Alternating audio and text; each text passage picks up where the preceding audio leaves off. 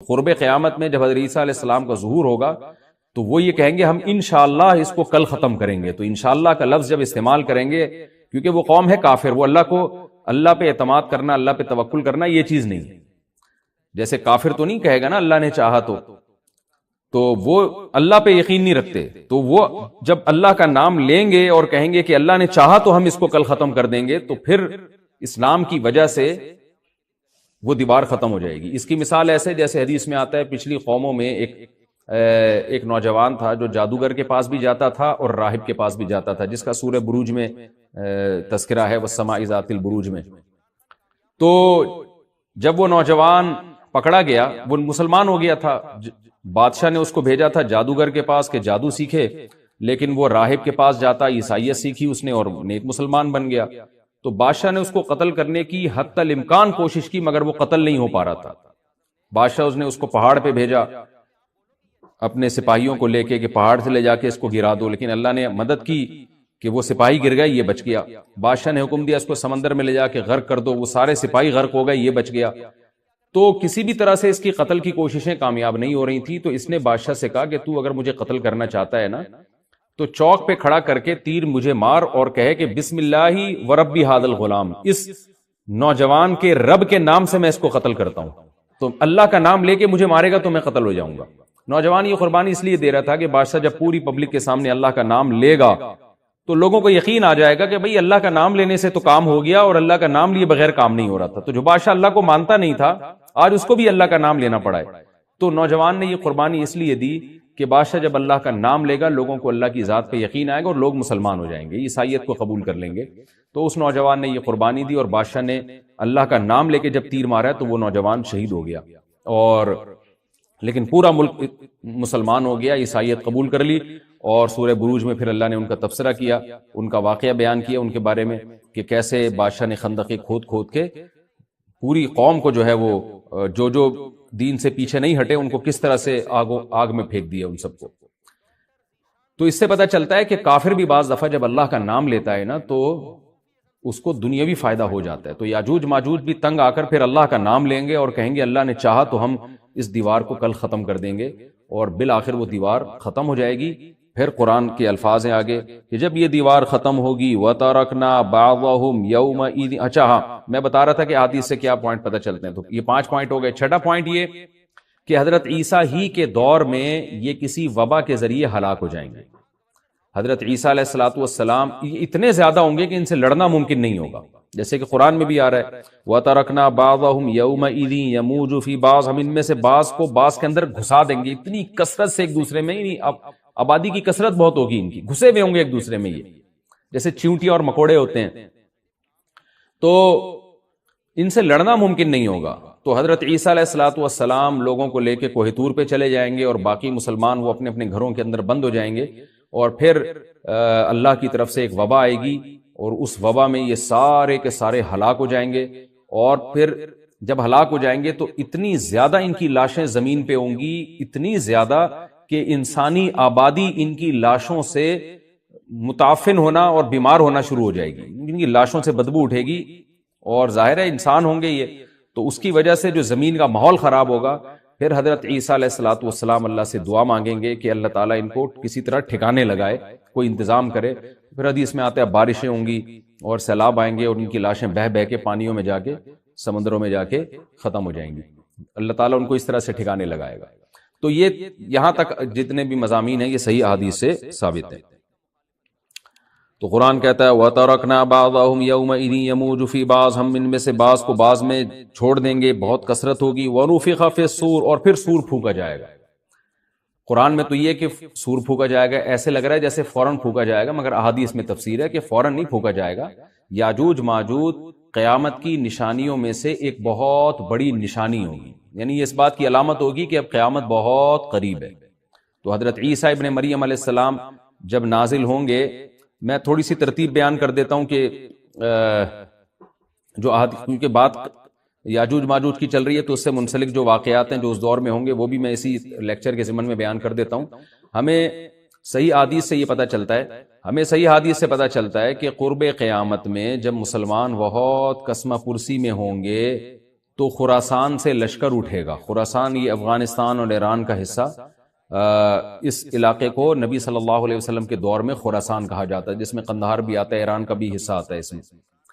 تو یہاں سے لشکر اٹھے گا، مجاہدین لڑیں گے بہت بڑی تعداد میں، دنیا میں جہاد ہوگا، مسلمان ظلم کی چکی میں پس کے تنگ آ چکے ہوں گے، اور لڑتے لڑتے حدیث میں آتا ہے اتنی بڑی بڑی لڑائیاں ہوں گی کہ 1/3 مسلمان شہید ہو جائیں گے اس میں، 1/3 مجاہدین جو لڑنے والے ہوں گے، اور 1/3 جو ہوں گے وہ میدان جنگ سے بھاگ جائیں گے، اور 1/3 کو اللہ فتح عطا فرمائے گا. تو جو 1/3 میدان جنگ سے بھاگ جائیں گے، نبی صلی اللہ علیہ وسلم نے فرمایا ان کی توبہ کبھی قبول نہیں ہوگی. جو 1/3 شہید ہو جائیں گے وہ افضل ترین شہداء ہوں گے اس وقت کے، اور 1/3 کو اللہ تعالیٰ غلبہ عطا فرمائیں گے. ایک واقعہ تو ہمیں قرب قیامت میں نبی صلی اللہ علیہ وسلم سے یہ ملتا ہے صحیح حدیث سے.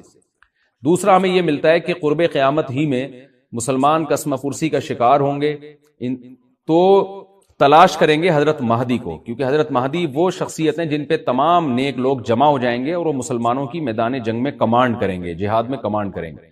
تو ان کو بیت اللہ میں تلاش کیا جائے گا، وہ رسول اللہ صلی اللہ علیہ وسلم کی اولاد میں ہوں گے، اور لوگ ان کو پہچان لیں گے، اہل اللہ پہچان کر ان کو اپنا امیر بنائیں گے، اور ان کی قیادت میں پھر لڑائی اور جہاد شروع ہوگا. اور یہ لڑائی جب دمشق میں لڑائی ہو رہی ہوگی تو دمشق میں عصر کی نماز کے وقت حضرت مہدی، میں نے جو یہ کہا کہ دمشق میں لڑائی ہو رہی ہوگی، مقصد یہ نہیں ہے کہ دمشق کوئی میدان جنگ بنا ہوا ہوگا، مقصد یہ ہے کہ وہ مجاہدین کا لشکر دمشق میں ہوگا عصر کی نماز کے وقت. لڑائی چاہے کسی اور میدان میں ہو رہی ہو، لیکن حدیث میں ہمیں دمشق کا تذکرہ ملتا ہے. تو دمشق میں حضرت شام کا تذکرہ ملتا ہے، اور جو قرائن ہمیں ملتے ہیں وہ دمشق کی ایک خاص مسجد ہے. وہ مسجد حضرت مفتی تقی عثمانی صاحب اور مفتی رفیع عثمانی صاحب نے اس کو ہائی لائٹ بھی کیا، لیکن وہ یقینی نہیں ہے، یہ خوب سمجھے، انہوں نے اس کا بھی تبصرہ کیا کہ اس کے بارے میں کوئی یقین نہیں ہے. تو حضرت مہدی عصر کی نماز پڑھا رہے ہوں گے، لوگ امامت میں آپ کے پیچھے کھڑے ہوں گے، یہاں تک کہ مسجد کے مینار پر، آج بھی وہ مینار موجود ہے جس کے بارے میں غالب گمان ہے کہ یہ وہ مینار ہے جہاں حضرت عیسیٰ علیہ السلام نازل ہوں گے، غالب گمان کے درجے میں کہا جا سکتا ہے، ورنہ پھر اسی کے اڑوس پڑوس میں کوئی مسجد ہوگی. میرا اگر شام جانا ہوا تو انشاءاللہ میں ارادہ ہے کہ میں ولاگ میں اس مسجد کا بھی تذکرہ کروں گا، اس جگہ کا بھی تذکرہ کروں گا، لیکن میں پہلے یہ بات بتا دوں کہ وہ 100% یقینی نہیں ہے. ایسا نہ ہو کہ اس مسجد کے مینار پہ چڑھ کے لوگ جو ہے وہ اس کے کوئی مینار کو ہی چاٹنا شروع کر دیں تبرک کے طور پہ. تو عصر کی نماز کا ٹائم ہوگا، حضرت عیسیٰ ابن مریم علیہ الصلوۃ والسلام فرشتوں کے کندھوں پہ ہاتھ رکھ کے نیچے اتریں گے نماز کے ٹائم پہ، یعنی آسمان سے مینار تک آئیں گے، اور پھر مینار سے آپ کے لیے سیڑھیاں لگائی جائیں گی، سیڑھیوں کے ذریعے مینار سے نیچے اتریں گے اور لوگ ان کو پہچان لیں گے. حضرت مہدی ان کو امامت کے لیے آگے کریں گے کہ آپ اللہ کے ایک پیغمبر ہیں، آپ نماز پڑھائیے. حضرت عیسیٰ علیہ السلام انہی کو آگے رکھیں گے، اور اس طرح کا مفہوم ہے حدیث میں کہ اللہ نے اس کام کے لیے آپ کو ہی منتخب کیا. کیا مطلب یہ امامت اس امت کا حق ہے. تو حضرت عیسیٰ ابن مریم علیہ الصلوۃ والسلام کا جو کام ہوگا وہ جہاد ہے اور یہودیوں سے انتقام لینا، کیونکہ یہودیوں نے اپنے خیال میں حضرت عیسیٰ کو قتل کیا تھا، تو اللہ نے یہودیت ہی کے خاتمے کے لیے اور دجال کے خاتمے کے لیے عیسیٰ ابن مریم کو نازل کیا. حضرت مہدی سے پہلے ہی دجال ظاہر ہو چکا ہوگا. دجال کے بارے میں حدیث میں آتا ہے کہ ہر پیغمبر نے اپنی امت کو دجال کے فتنے سے ڈرایا ہے. اچھا، یہ دجال ایک ایسی شخصیت ہے جس کا یہودی انتظار ہم سے زیادہ کر رہے ہیں، کیونکہ یہودی اس کو اپنے لیے نجات دہندہ سمجھتے ہیں، جبکہ حدیث میں آتا ہے کہ دجال کانا ہوگا اور اس کا خدائی کا دعویٰ ہوگا، اس کے پاس کچھ ایسی طاقتیں ہوں گی کہ مردے کو زندہ کر دے، زندہ کو مار دے. ایک طرف اس کے باغ ہوگا، ایک طرف اس کے آگ ہوگی. جو اس پر ایمان لائے گا اس کو باغ میں داخل کرے گا، اور جو اس پر ایمان نہیں لائے گا اس کو آگ میں داخل کرے گا. اور رسول اللہ صلی اللہ علیہ وسلم نے فرمایا اس کی جو آگ ہے حقیقت میں وہ جنت کا باغ ہوگا، اور اس کا جو باغ ہے حقیقت میں وہ جہنم کی آگ ہوگی. تو جو نبی کی باتوں پہ یقین کرتے ہیں وہ دجال کے فتنے سے محفوظ رہیں گے. اور حدیث میں سورہ کہف کی بھی تلاوت کا حکم ہے. جمعے کے دن جو کہف کی تلاوت کرتا ہے اللہ اس کو دجال کے فتنے سے محفوظ رکھتا ہے. اب آپ دیکھیں یہ سورہ کہف میں ہی قیامت کی علامات کا تذکرہ ہے نا، تو شاید اسی وجہ سے کیونکہ جو سورہ کہف پڑھتا رہے گا وہ یاجوج ماجوج کے واقعات بھی پڑھتا رہے گا اور اللہ کی قدرت کے واقعات بھی پڑھتا رہے گا، تو دجال کے فتنے سے اللہ اس کو اس برکت سے بچا کے رکھیں گے، فتنے سے محفوظ رکھیں گے. تو وہ ایسی طاقتیں دکھائے گا، بے وقوف لوگ اس پہ ایمان لے آئیں گے. حدیث میں آتا ہے کہ کانا کبھی بھی خدا نہیں ہو سکتا، یعنی اس کی تو ایک آنکھ ہوگی نہیں، لیکن بے وقوف لوگ اس کے یہ کچھ ظاہری کمالات دیکھیں گے، یہ نہیں دیکھیں گے کہ یہ تو شکل بھی اس کی اچھی نہیں ہے، یعنی خدا کم از کم جمال والا ہوتا ہے نا، یہ تو ہے بھی کانا. اور اس کے بڑا بڑا کافر بھی لکھا ہوا ہوگا واضح طور پر، جس سے پتا چلے گا. لیکن احمق اور بیوقوف لوگ جیسے روحانی عامل کو کچھ شعبدے دیکھ کر ان پہ سے متاثر ہو جاتے ہیں نا، روحانی عاملوں کے شعبدے دیکھ کے، تو ایسے ہی دجال کے شعبدے دیکھ کے متاثر ہوں گے. تو بہت لوگوں کو، خلقت کو، بہت بڑی امت کو گمراہ کرے گا دجال. اہل اللہ کو اللہ تعالیٰ اس کے فتنے سے محفوظ رکھے گا. پھر حضرت عیسیٰ ابن مریم جب نازل ہوں گے تو وہ دجال کو قتل کریں گے. حدیث میں آتا ہے کہ نیزے کے ذریعے گھوڑے پہ بیٹھ کے قتل کریں گے. علماء نے اس حدیث کا دو مطلب بیان کیے ہیں کہ یا تو اس کا مطلب یہی ہے کہ واقعی گھوڑے پہ بیٹھیں گے، نیزہ استعمال کریں گے، اور زمین جو ہے وہ اتنی پہلے اس سے جنگیں ہو چکی ہوں گی کہ لوگ دوبارہ تلواروں گھوڑوں کی طرف آ جائیں گے. اس بات کا امکان ہے، ہر ملک ایٹمی طاقت بن چکا ہے، تو اگر یہ ایٹم بم سارے ملک آپس میں چلا دیں تو ہم دوبارہ گدے گھوڑوں والی زندگی پر آ جائیں گے. ٹیکنالوجی ساری تباہ و برباد ہو جائے گی، انسان کی ترقی. تو اس بات کا بھی امکان ہے کہ کوئی اس سے پہلے ہو سکتا ہے کوئی ایسی جنگ عظیم ہو کہ انسانیت دوبارہ پہاڑوں پتھروں کے دور میں آ جائے. لیکن ظاہر یہ معلوم ہوتا ہے کہ رسول اللہ صلی اللہ علیہ وسلم نے جو کلام کیا ہے، ظاہر ہے اس دور کے لحاظ سے جو لوگوں کے، جہاں تک جو لوگوں کی مینٹل اپروچ ہے وہاں تک، تو نبی صلی اللہ علیہ وسلم میزائل یا اور ٹینکوں کا تذکرہ کرتے تو کیا سمجھ میں آتا؟ تو گھوڑے سے مراد ہے جو اس زمانے کا گھوڑا ہوگا، اور نیزے سے مراد ہے اس زمانے کا جو اسلحہ ہوگا، کیونکہ نیزہ نبی کے دور کا ایک مناسب اسلحہ تھا اور گھوڑا نبی کے دور کی میدان جنگ کی ایک مناسب سواری تھی. تو اس سے یہ بھی پتہ چلتا ہے کہ ہو سکتا ہے عیسیٰ ابن مریم نیزے کے بجائے کلاشنکوف کا استعمال کر لیں. تو یعنی وہ نیزہ جو ہے وہ اس کلاشنکوف کی یا جو بھی اسلحہ اس وقت حضرت عیسیٰ ابن مریم استعمال کریں گے اس کی ایک تعبیر ہے. تو اس کا بھی پورا امکان ہے. تو ہمیں بہرحال اتنا ایمان ہمارے لیے ضروری ہے کہ دجال کو قتل کرنے والی جو ذات ہے، جو شخصیت ہے، وہ عیسیٰ ابن مریم علیہ الصلوۃ والسلام. تو حضرت عیسیٰ کے ذریعے اللہ تعالیٰ دجال کو قتل کریں گے، اور حضرت عیسیٰ کی قیادت میں زبردست جہاد ہوگا. حدیث میں آتا ہے کہ عیسیٰ ابن مریم اس دنیا کو امن سے بھر دیں گے. اتنا امن ہو جائے گا اور اتنی مالی فراوانی ہوگی، اتنی مالی، کیونکہ دنیا میں مال بہت ہے، ڈسٹریبیوشن صحیح نہیں ہے. جو تقسیم ہے نا مال کی وہ ظالمانہ ہے، جس کی وجہ سے غریب سے غریب تر ہے، امیر سے امیر تر ہے. حضرت عیسیٰ ابن مریم ایسا نظام قائم کریں گے کہ جس سے مال کی صحیح تقسیم، اور لوگ اٹھیں گے زکوٰۃ کا مستحق تلاش کریں گے اور لوگوں کو زکوٰۃ کا مستحق نظر نہیں آئے گا. غریب تلاش کرنا مشکل ہو جائے گا. یعنی ایک آدمی، حدیث کا مفہوم ہے کہ زکوٰۃ لے کے گھومتا رہے گا اور اس کو کوئی غریب نہیں ملے گا. اتنی مالی فراوانی ہو جائے گی. پھر ترمذی کی روایت میں آتا ہے کہ اللہ کی طرف سے برکتیں ایسی نازل ہوں گی کہ بڑے بڑے انار پیدا ہوں گے، بڑے بڑے انگور پیدا ہوں گے، زمین اپنی برکتیں کھول دے گی. اور حضرت عیسیٰ علیہ السلام خنزیر کو بھی دنیا سے ختم کر دیں گے. خنزیر کی نسل کو ختم کر دیا جائے گا. وَيَضَعُ الْجِزْيَةَ، اور جزیہ کا نظام ختم. اما الاسلام و اما السیف، یا تو تلوار یا اسلام، اس کے علاوہ نہیں. تو نبی صلی اللہ علیہ وسلم کو اللہ نے جس مقصد کے لیے دنیا میں بھیجا تھا، اس مقصد کی جو تکمیل ہے وہ عیسیٰ ابن مریم کے ذریعے. باقی اس میں حکمتیں کیا ہیں اس پر میرے الگ سے بیانات موجود ہیں کہ اللہ نے حضرت عیسیٰ ابن مریم کا انتخاب کیوں کیا اس کام کی تکمیل کے لیے. اسی امت میں کوئی کیوں منتخب نہیں کر لیا، یا یہ کہ پیغمبر صلی اللہ علیہ وسلم ہی کے ذریعے پوری دنیا میں اسلام کو غالب کر دیا جاتا.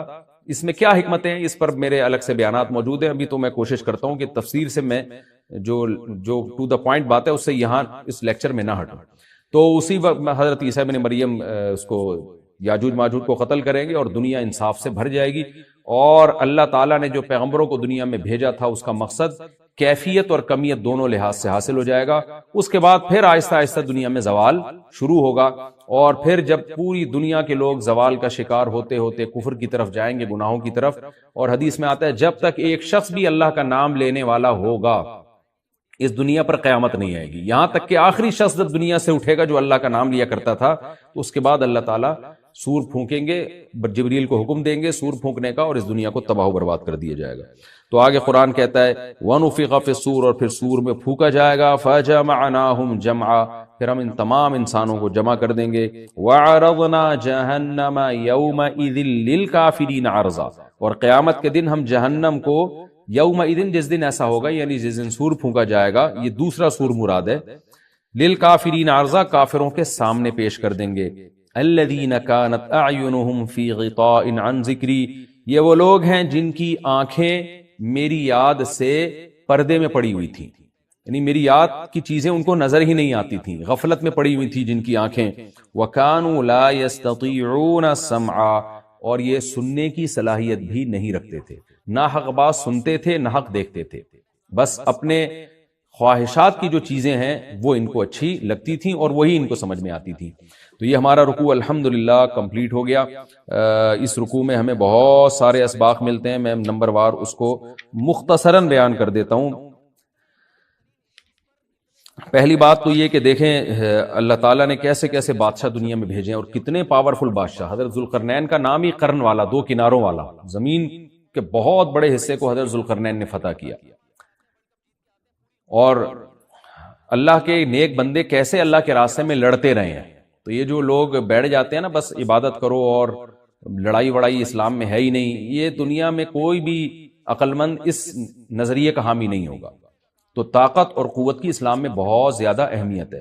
اس سے ہمیں یہ بھی پتہ چلتا ہے کہ اپنے ملک کی، خاص طور پر اسلامی ملک کی جو فوجی قوتیں ہیں، جو فوجی طاقتیں ہیں، ان کی ہمیں قدر کرنی چاہیے. کیونکہ اگر کوئی بھی ملک عسکری لحاظ سے کمزور ہو جائے، کیونکہ اللہ تعالیٰ تو جو عسکری لحاظ سے طاقتور قومیں تھیں اللہ نے ان کا کتنا تذکرہ کیا. ہاں وہ اللہ کے باغی نہ ہوں. تو اسلامی ملک میں کوئی بھی اسلامی کنٹری ہے، چاہے سعودی عرب ہے، چاہے پاکستان ہے، چاہے ترکی ہے، کوئی بھی اسلامی کنٹری ہے، اس کی فوج کی قدر کرنی چاہیے کیونکہ اسی کی وجہ سے ملک کا بارڈر محفوظ ہوتا ہے. اگر مسلمان عسکری لحاظ سے کمزور ہونا شروع ہو جائیں تو کافر ہمیں گاجر مولی کی طرح کاٹنا شروع کر دیں، اسلام دشمن قوتیں ہمیں کھا جائیں، ختم کر دیں ہمیں کھا کے. تو نیک قوتوں کو اپنی بقا کے لیے ہمیشہ سے ایک اسلحے کی اور طاقت کی ضرورت رہتی ہے. اس کی اہمیت اسلام میں بہت زیادہ ہے. موسیٰ علیہ الصلوۃ والسلام کے بعد کتنے بڑے بڑے جنگی کمانڈر پیدا ہوئے. ذوالقرنین کا اللہ نے کیسا تذکرہ کیا. ذوالقرنین کی عبادت کا کہیں بھی تذکرہ نہیں، حالانکہ وہ بڑے عبادت گزار بھی تھے. داؤد علیہ السلام کی عبادت کا تذکرہ بھی ہے، ان کی تلوار اور طاقت کا تذکرہ بھی ہے. تو اللہ تعالیٰ جہاں عبادت کا تذکرہ کرتے ہیں تو طاقت اور قوت کا بھی تذکرہ کرتے ہیں. اس سے عسکری لحاظ سے اپنے آپ کو مضبوط کرنے کی اہمیت کا ہمیں پتہ چلتا ہے کہ اسلام میں اس کی بڑی اہمیت ہے. کسی بھی اسلامی ملک کی فوج کا مورال کسی بھی لحاظ سے ڈاؤن نہیں ہونا چاہیے اور عسکری لحاظ سے وہ کسی بھی لحاظ سے کمزور نہیں ہونی چاہیے. اور اس کو چاہیے کہ اعدوا لهم ما استطعتم من قوہ پر عمل کرے. کہ قرآن کہہ رہا ہے روز بروز اپنی طاقت اور قوت میں اضافہ کرنے کی کوشش کرو.